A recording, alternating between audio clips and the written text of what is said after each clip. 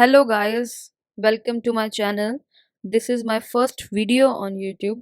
मैंने अपनी वीडियोस की सीरीज़ में नीट प्लस एनसीईआरटी का सिलेबस कवर किया है और मैंने ये पूरी कोशिश की है कि मैं आपको इजी से नोट्स प्रोवाइड करवाऊँ और जिससे आपको एग्ज़ाम्स में कोई प्रॉब्लम ना हो। आप इजीली उसको रिवाइज़ कर पाएँ और जो नोट्स बनाने का टाइम है वो भी आपका बच जाए। जो मैंने ये नोट्स बनाए हैं आप इनका स्क्रीनशॉट भी खींच के अपने पास सेव रख सकते हैं जिससे आपका नोट्स बनाने का जो टाइम है वो बच जाएगा। मेरी इस वीडियो में एंड तक बने रहिए। चलिए स्टार्ट करते हैं।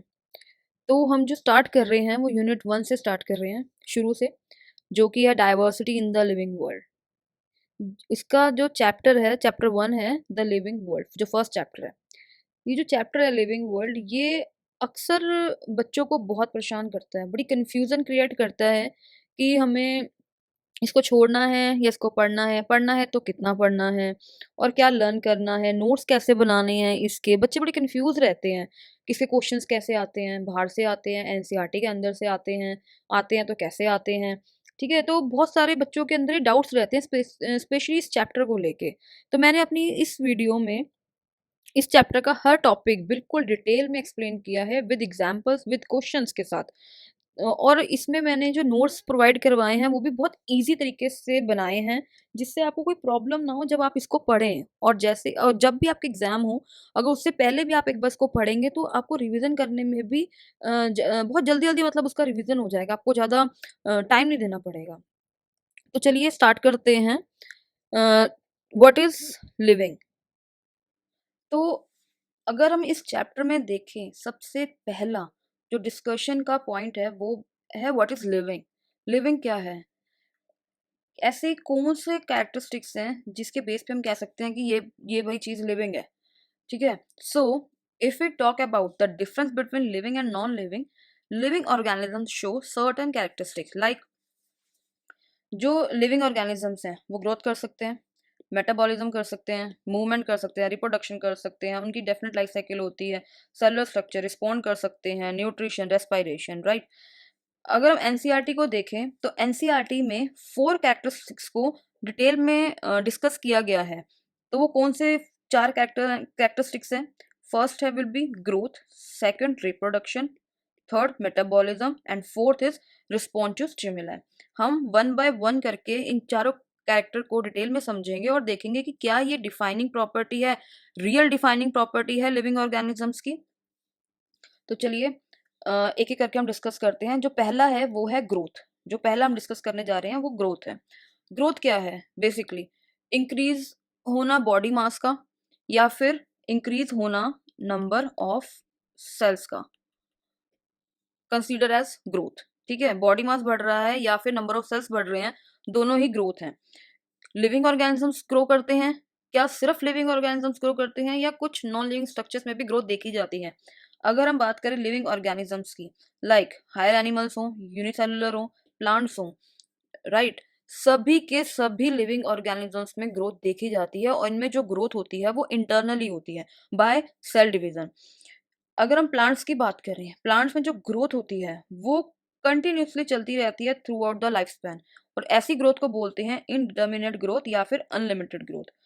और अगर हम एनिमल्स में देखें तो जो ग्रोथ है वो एक सर्टेन एज तक ही होती है, तो ऐसी ग्रोथ को बोलते हैं डिटर्मिनेट ग्रोथ या फिर लिमिटेड ग्रोथ। अगर हम नॉन लिविंग स्ट्रक्चर की बात करें यहाँ पे, तो नॉन लिविंग स्ट्रक्चर्स में भी ग्रोथ देखी जाती है। एग्जाम्पल ले लेते हैं हम, माउंटेन या फिर सैंड माउंट्स ले लेते हैं।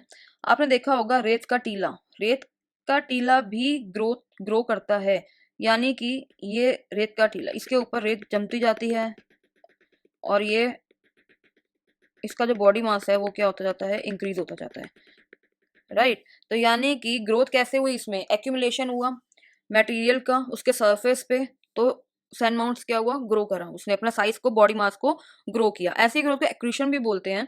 तो यानी कि इसमें जो नॉन लिविंग में जो ग्रोथ देखी जाती है वो बेसिकली एक्सटर्नली होती है, और अगर लिविंग ऑर्गेनिज्म की बात करें इसमें जो ग्रोथ है वो इंटरनली होती है।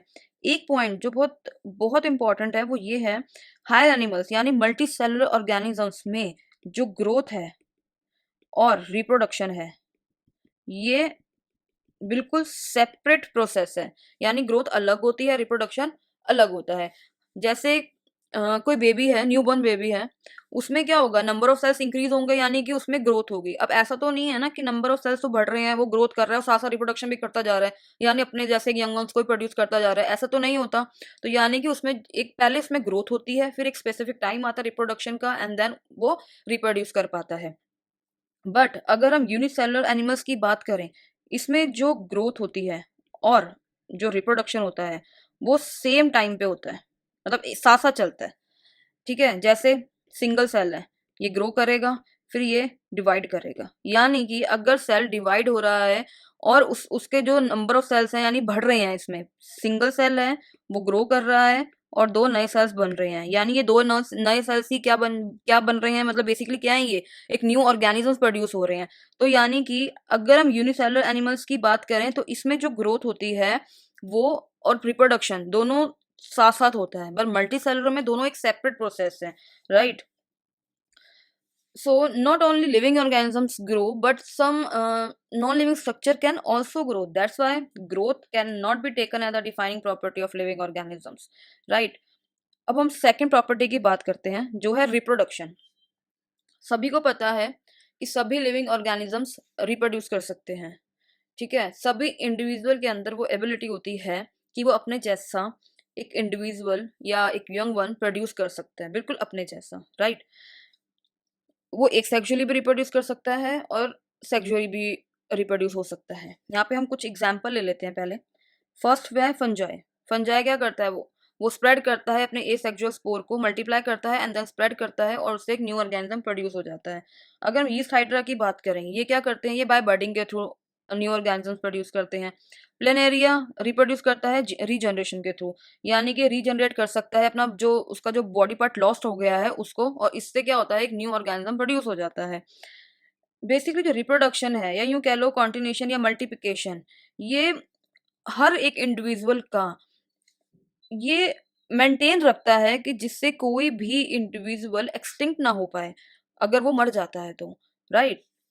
बट एक अदर साइड भी है कि बहुत से ऑर्गेनिजम्स रिप्रोड्यूस नहीं कर सकते। For example mule, for example sterile worker bee, for example some infertile human couples.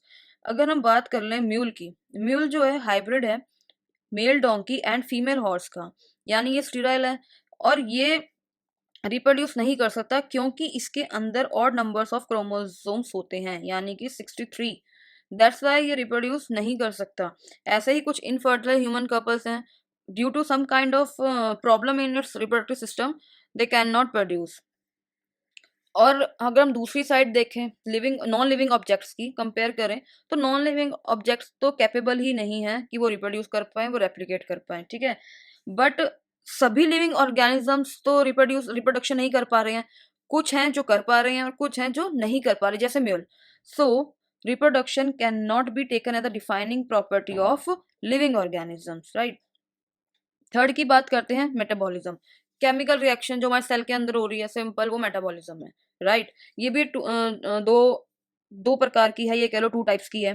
First है एनाबॉलिज्म एंड सेकंड है कैटाबॉलिज्म। एनाबॉलिज्म सिंथेटिक रिएक्शन को बोलते हैं, कैटाबॉलिज्म सिंपल है ब्रेकडाउन रिएक्शन है, यानी एनाबॉलिक और कैटाबॉलिक दोनों अपोजिट है एक दूसरे के बेसिकली। ये एंड्रोगोनिक है, ये एक्सोगोनिक है। एंड्रोगोनिक मीन्स बॉन्ड का फॉर्मेशन होना, एक्सोगोनिक बॉन्ड का ब्रेकडाउन होना। अगर बॉन्ड का फॉर्मेशन हो रहा है तो एनर्जी की रिक्वायरमेंट होगी, और अगर बॉन्ड का ब्रेकडाउन हो रहा है तो एनर्जी रिलीज होती है। क्योंकि ये सिंथेटिक प्रोसेस है एनाबॉलिक, तो ये सिंथेसिस करती है कॉम्प्लेक्स सब्सटेंस का फ्रॉम स्मॉलर मॉलिक्यूल्स या स्मॉलर वन से, राइट। एग्जाम्पल से समझते हैं, जैसे फोटोसिंथेसिस, कार्बन डाइऑक्साइड और वाटर सनलाइट क्लोरोफिल की प्रेजेंस में ग्लूकोज बनाता है। ऐसे ही इसका जस्ट अपोजिट है कैटाबॉलिक। ये क्या करता है, ये ब्रेक डाउन करता है कॉम्प्लेक्स सब्सटेंस का इनटू स्मॉलर वंस में। एग्जाम्पल रेस्पिरेशन, और इसका अनदर एग्जाम्पल हो सकता है जैसे डाइजेशन। डाइजेशन में क्या होता है, कॉम्प्लेक्स सब्सटेंस यानी complex food molecule break down होता है किसमें, स्मॉलर वंस में, जिससे हमें एनर्जी मिलती है, राइट। तो सभी लिविंग ऑर्गेनिजम्स, चाहे वो यूनिसेलुलर हों, चाहे वो मल्टी सेलुलर हों, फंजाई हो, प्लांट, माइक्रोब्स, सभी के सभी लिविंग ऑर्गेनिजम्स एग्जिबिट करते हैं metabolism, but non living objects can not exhibit metabolism. So metabolism and cellular organisation is the defining property of living organisms, right. Last जो property है वो भी देख लेते हैं, वो है कॉन्शियसनेस. सभी लिविंग ऑर्गेनिजम्स के अंदर एबिलिटी है कि वो सेंस कर सकते हैं और रिस्पॉन्ड कर सकते हैं, फिजिकली, केमिकली और बायोलॉजिकली. चाहे वो प्रो अगर हम देखें सभी के सभी यानी प्रोकैरियोट्स से लेके मोस्ट कॉम्प्लेक्स यूकैरियोट्स तक सभी लिविंग ऑर्गेनिज्म सेंस कर सकते हैं और रिस्पॉन्ड कर सकते हैं. यहाँ पे हम एग्जांपल ले लेते हैं. अगर हम प्लांट का एग्जांपल लें, उसको हम डार्क रूम में रख दें और एक छोटी सी जगह से सनलाइट को आने दें, तो प्लांट सेंस करता है कि वहां से सनलाइट आ रही है और जिधर से सनलाइट आ रही होती है वो अपने लीव्स को उसी तरफ कर देता है, यानी वो रिस्पॉन्ड करता है जिस तरफ सनलाइट आ रही होती है. ऐसे ही अगर हम एनिमल्स की बात करें या ह्यूमंस की बात करें, हम कहीं पे बैठे हैं और अचानक हमारी तरफ कोई चीज आती है तो ऑटोमेटिकली हमारी आईज क्लोज हो जाती है या हमारा हाथ हमारे फेस पे आ जाता है उसको रोकने के लिए, यानी कि हमने सेंस किया एंड देन हमने रिस्पॉन्ड किया. ऐसे ही फोटो पीरियड भी अफेक्ट करता है रिप्रोडक्शन को, चाहे वो प्लांट्स हो चाहे वो एनिमल्स हो. फोटो पीरियड सबको पता है ड्यूरेशन ऑफ लाइट को बोलते हैं, यानी कि जितनी लाइट, अगर एग्जाम्पल लेते हैं इसमें भी प्लांट्स का ही ले लेते हैं, डिपेंड करता है reproduction. Photo period directly affect करता है रिप्रोडक्शन प्लांट्स में. वो जितनी लाइट प्लांट्स के ऊपर आ रही है पूरे दिन में, वो डिपेंड करेगा कि वो उस पे डिपेंड करेगा कि वो रिप्रोडक्शन करेगा या नहीं करेगा, राइट. ऐसे ही ह्यूमन बींग्स हैं. ह्यूमन बींग ऐसा ओनली ऑर्गेनिजम्स है जिसके अंदर सेल्फ कॉन्शियसनेस होता है, राइट. वो खुद के लिए हमेशा अवेयर रहता है, बट सिर्फ एक ऐसी कंडीशन है जिसमें उसका सेल्फ कॉन्शियसनेस कह लो कि खत्म हो जाता है या होता ही नहीं है. एक पेशेंट है जो कोमा में है, क्रिटिकल कंडीशन में है, बट उसका ब्रेन जो है वो डेड है. तो एट दैट टाइम उसके अंदर कोई भी सेल्फ कॉन्शियसनेस नहीं होगी क्योंकि वो कोमा में है, राइट. और उसकी क्रिटिकल कंडीशन है, बिना आर्टिफिशियल लाइफ सपोर्ट के वो सरवाइव कर नहीं सकता, ब्रेन डेड है. तो अगर ब्रेन डेड है तो दैट मीन्स उसके अंदर कोई भी सेल्फ कॉन्शियसनेस नहीं होगी. सो consciousness is the defining property of the all living organisms, यानी कि सभी के सभी लिविंग ऑर्गेनिजम्स सेंस कर सकते हैं, रिस्पॉन्ड कर सकते हैं, राइट. सो दैट्स वाई हम कॉन्शियसनेस को कंसिडर करते हैं कि वो डिफाइनिंग प्रॉपर्टी है लिविंग ऑर्गेनिजम्स की. तो यहाँ पे हमने 4 प्रॉपर्टी डिस्कस की. First growth, second reproduction, right, third will be metabolism and fourth will be consciousness, जिसमें मेटाबॉलिज्म और consciousness is the defining property of living organism. Growth and reproduction is not considered as the defining property of living organisms. तो यहाँ पे मैंने example के तौर पे कुछ क्वेश्चंस भी लिए हैं. एक बार हम इन क्वेश्चंस को वन बाय वन डिस्कस कर लेते हैं. इन क्वेश्चंस को डिस्कस करने का फायदा ये है कि अभी हमने जो पढ़ा है वो साथ साथ रिवाइज भी हो जाएगा और हमें एक आइडिया लग जाएगा कि ओके, इस अगर सिर्फ मैं बात करूं एक इस टॉपिक की ही, व्हाट इज लिविंग, तो इसके बेस पे अगर कभी क्वेश्चन आया या आता है या आएगा तो वो इस तरीके से आएगा, राइट. फर्स्ट जो क्वेश्चन है वो है growth can not be taken as a defining property of living organism because. अभी हमने डिस्कस किया है कि ग्रोथ को हम डिफाइनिंग प्रॉपर्टी कंसिडर नहीं करते. क्यों? क्या सभी लिविंग ऑर्गेनिज्म ग्रोथ को शो नहीं करते, या नॉन लिविंग ऑर्गेनिजम्स ग्रो करते हैं इनसाइड, या non living organisms can also grow, some living organism does not exhibit the process of reproduction. तो अगर हम लास्ट पॉइंट को देखें, ये तो रिलेट ही नहीं करता फिलहाल जो ये पूछ रहे हैं उससे. तो इन 3 पॉइंट्स में से हमें देखना है. लिविंग ऑर्गेनिजम्स में ग्रोथ होती है, सभी लिविंग ऑर्गेनिजम्स में ग्रोथ होती है. नॉन लिविंग ऑर्गेनिजम्स की अगर हम बात करें तो यानी कि ये भी गलत है, सभी लिविंग ऑर्गेनिजम्स ग्रो करते हैं. नॉन लिविंग जो थिंग्स हैं वो ग्रो करती हैं एक्सटर्नली यानी फ्रॉम आउटसाइड, यानी ये पॉइंट भी गलत हुआ. तो जो सही है वो क्या है, non living thing also grow, that's why growth can not be taken as a defining property of living organism. तो राइट ऑप्शन है इसका जी, सी. सेकंड क्वेश्चन देखते हैं. Twin characteristics of growth are. Very simple. किस किस को बोल सकते हैं कि भाई ग्रोथ है, यानी कि बॉडी मास बढ़ रहा है तो ग्रोथ है, नंबर ऑफ सेल बढ़ रहे हैं तो ग्रोथ है, यानी increase in mass and increase in number is consider as the growth. तो यानी कि इसका जो है सी ऑप्शन बिल्कुल सही है, ए एंड बी. यहाँ पे हमें मैच करना है, ठीक है, करेक्ट ऑप्शन से. फर्स्ट है प्लेनेरिया. मैंने अभी डिस्कस किया कि प्लानेरिया में जो रिप्रोडक्शन होता है वो किसके थ्रू होता है, बाय ट्रू रीजनरेशन, यानी वो रीजनरेट करता है अपना लॉस्ट बॉडी पार्ट और एक न्यू ऑर्गेनिज्म प्रोड्यूस हो जाता है। अगर हम फंजाई की बात करें, यानी ये क्या करता है, अपने एसेक्सुअल स्पोर को स्प्रेड कर देता है और ऑर्गेनिज्म प्रोड्यूस हो जाते हैं। यीस्ट की अगर हम बात करें, यीस्ट में कैसे होता है, बाय बर्डिंग। अमीबा सबको पता है बाय बाइनरी फिजन, यानी कि इसका B option will be correct. Next question देखते हैं। In plant growth occur where as in animal it occur, यानी ऑप्शन दिए गए हैं only up to a certain age continuously, या फिर continuously only up to certain age, या फिर है कंटिन्यूसली कंटिन्यूसली, या जो लास्ट ऑप्शन है वो है only up to a certain age, only up to a certain age. सबको पता है, अभी हमने डिस्कस किया है कि जो प्लांट है उसमें जो ग्रोथ होती है वो कंटिन्यूसली होती है through out the life span, और ऐसी ग्रोथ को क्या बोलते हैं हम, क्या बोलते हैं हम, अनलिमिटेड ग्रोथ, राइट। और एनिमल्स में जो ग्रोथ होती है वो एक सर्टेन एज तक ही हो पाती है, ऐसी ग्रोथ को हम क्या बोलते हैं, लिमिटेड ग्रोथ या डिटरमिनेट ग्रोथ। तो यानी कि इसका जो है बी ऑप्शन बिल्कुल सही होगा कि प्लांट में तो कंटिन्यूसली ग्रोथ होती है और एनिमल्स में एक सर्टेन एज तक ही ग्रोथ होती है।